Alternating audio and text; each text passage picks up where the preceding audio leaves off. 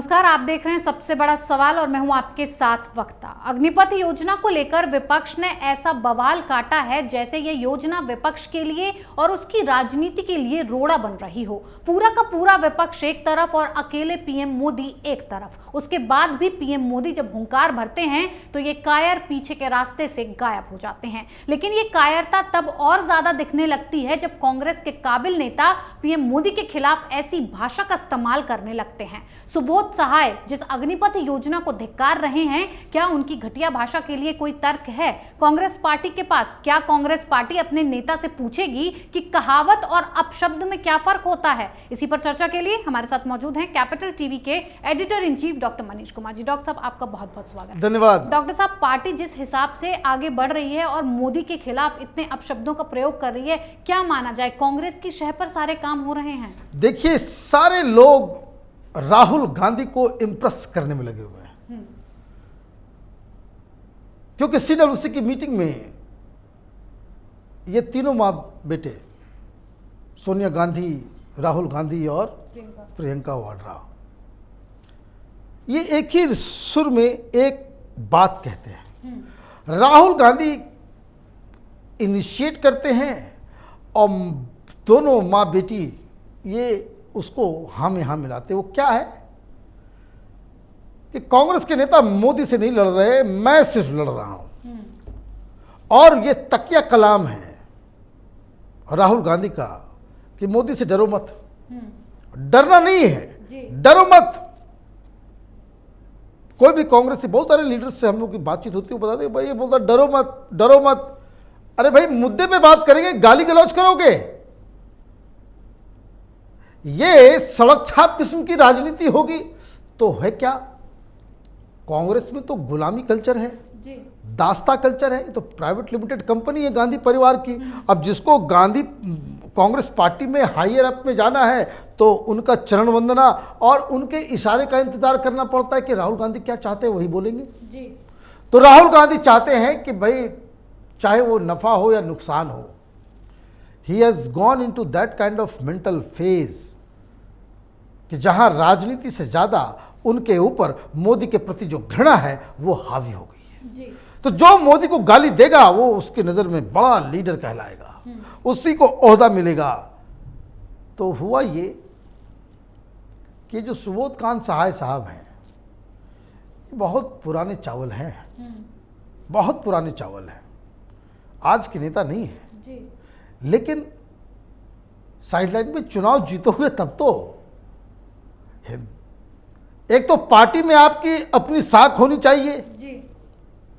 लेकिन पार्टी की साख में तो आप ठीक है चमचागिरी कर लोगे जी। नेता तो वो होता है जिसके साथ जनता होती है। चुनाव हार जाओगे तो फिर क्या होगा? क्या हुआ सुरजेवाला का? शहजादा को तो युवराज को गुस्सा आ गया कि भाई ठीक से मैनेज नहीं कर रहा, बाहर करो इसको। हो गई नेतागिरी टाटा फिस। भाई, चरण पादुका उठाते उठाते आपके दिमाग खत्म हो जाती है, आपका कैलिबर चला जाता है जी। तो ये बहुत दिन से सेंटिंग में बैठे हुए थे। कब से सेंटिंग में बैठे हुए ये भी मैं बता दूं, 10 साल हो गए। 10 साल से सुबोध कांत सहाय राजनीतिक परिदृश्य से बिल्कुल ओझल हो चुके थे जी। क्यों ओझल हो चुके थे? वो इसलिए हो चुके थे कि ये कोयला घोटाला जो हुआ था उसमें इनको इस्तीफा देना पड़ा था जी। अब बात समझिए, ये तो जितने चोर होंगे, जितने घोटालेबाज होंगे कांग्रेस पार्टी में बड़े, वही तो होते हैं जी। ऐसा कौन सा मंत्रालय नहीं है कि जिसमें कांग्रेस पार्टी ने सरकार के रहने के दौरान उसमें घोटाला नहीं किया हो। और ये सोनिया गांधी, राहुल गांधी, राजीव गांधी, इन लोगों से बहुत करीब के लीडर माने जाते हैं। अब बात समझिए, कैबिनेट मिनिस्टर थे यूपीए 2 में जी। जिस समय जब कोयला घोटाला जब शुरू हुआ तो मालूम चला इन्होंने अपने भाई को एक खदान जो है अलॉट करवा दिया था जी। झारखंड से आते हैं भाई साहब। तो अभी एसओएस कॉल गया था, कैपिटल टीवी के जो दर्शक हैं उनको वो रिकॉल कर लेंगे। लगातार हम लोग 3 दिन से कह रहे हैं कि सोमवार को बहुत ही एग्रेसिव तरीके से भारत बंद, तो ये पूरे देश भर में बवाल मचाने का आदेश राहुल गांधी ने दिया था जी। तो उसमें हमने ये भी कहा था कि तमाम बड़े बड़े लीडर्स को बुलाया जा रहा है। राहुल गांधी को ये लग रहा है कि सब लोगों को बुला लो जी। तो उसी सिलसिले में इनको याद किया गया, तो ये पदार्पण इनका हुआ दिल्ली। अब दिल्ली आए तो भाई एक्स कैबिनेट मिनिस्टर है तो भाषण देने के लिए तो जगह देना ही पड़ेगा जी। भाई, सारे लोगों को नहीं तो होता है कि भाई जो स्टेट प्रेसिडेंट रहा है, कैबिनेट मिनिस्टर्स रहा है, उन लोगों को आगे किया जाए, क्योंकि अभी तो सरकार है नहीं जी। तो जितने एक्स कैबिनेट मिनिस्टर होंगे सबको भाषण देना है, तो इनका भी नंबर लग गया। अब ये तो नेता, मैंने कहा, पुराने चावल हैं, राजनीति तो आती है, उनको समझ में आ रहा है कि अब यहाँ से एक ऐसा कंट्रोवर्सी बात बोल दो कि मीडिया की सुर्खियों में आ जाए, और राहुल गांधी जब पूछताछ से 10 बजे रात में निकलेंगे वापस, न्यूज़ देखेंगे तो बोलेंगे देखो ये है, ये सही कांग्रेसी है, ये डरा नहीं। इतनी सी बात है। अब उन्होंने तो बोल दिया जो हिटलर की मौत चाल चलेगा वो हिटलर की मौत मरेगा। अबे ठीक है, आपने कह दिया, हिटलर कौन है हिंदुस्तान में? मोदी हिटलर हैं। हिटलर होते तो शाहीन बाग के ऊपर बुलडोजर चल गया होता। और ये किसान आंदोलन में इतनी पिटाई की जाती ना कांग्रेसियों की और विपक्ष के लोगों को कि अभी तक हॉस्पिटल से बाहर नहीं आते, ये हिटलर होते तब जी। यहां तो प्रधानमंत्री मोदी ने किसी भी आंदोलन के खिलाफ कोई लाठीचार्ज नहीं करवाया। हिंदुस्तान में एक ही हिटलर पैदा हुआ, इंदिरा गांधी। कांग्रेस पार्टी को आईना देखना चाहिए। तो खैर ये तो अलग बात है। अब ये समझ में आ गया कि तो गड़बड़ हो गई। नए नए जयराम रमेश साहब बने मीडिया कम्युनिकेशन के इंचार्ज नेशनल, सुरजेवाला को हटाकर उनको समझ में आ गया कि ये पागल लोग हैं, ये अपने चक्कर में, इसी चक्कर में, अपना नंबर बढ़ाने के चक्कर में, वो मणिशंकर अय्यर, उन्होंने चाय वाला कह दिया था। वो किसने कहा था? वो भाई सोनिया गांधी, राहुल गांधी सबको खुश करने के लिए कि देखिए हमने मोदी को चाय वाला कह दिया जी। बात उल्टा चला गया। वो चाय बेचने, चाय चाय चाय पे चर्चा हो गया देश भर में, प्रधानमंत्री बनवा दिया एक। फिर ऐसी गलती ना हो जाए इसलिए कांग्रेस पार्टी ने कहा कि भाई हम मोदी की नीतियों के खिलाफ है, मोदी के खिलाफ इस तरह के कमेंट के साथ नहीं है जी। तुरंत बैकफुट पे। क्यों? प्रधानमंत्री का जो पर्सनल इंटीग्रिटी है, प्रधानमंत्री की जो पर्सनल पॉपुलैरिटी है, और प्रधानमंत्री की ये जो साख हिंदुस्तान के दिलो दिमाग के ऊपर बैठा हुआ है कि ये आदमी सब कुछ कर सकता है, देश के हित के साथ कोई कॉम्प्रोमाइज़ नहीं करेगा, इसलिए आप करो जो कुछ करना है। प्रधानमंत्री मोदी के ऊपर आप हमला करोगे, आपका सब कुछ फेल हो जाएगा। और इसलिए ये अग्निवीर का जो मुद्दा उठा जी, तो वो कांग्रेस पार्टी हथियाना चाह रही थी। हर जगह आज देखिए, यूपी में कई जगह पकड़े गए ये रास्ता रोको, ट्रेन जलाने के काम में ये कांग्रेसी लीडर्स पकड़े जा रहे हैं, एनएसवाई का लीडर पकड़ा जा रहा है।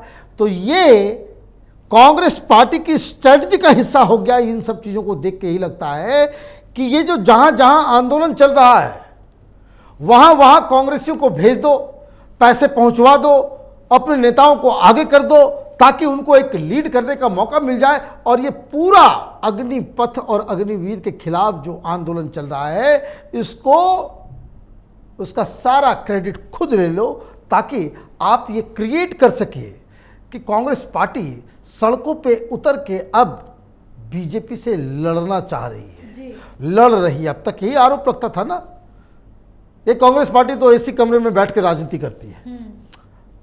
तो उस इमेज को हटाने के लिए, लेकिन पर्पस क्या? पर्पस ये कि इतना बवाल मचा दो कि मोदी सरकार डर जाए, थम जाए, ईडी से कह दे कि भाई रियायत दे दो।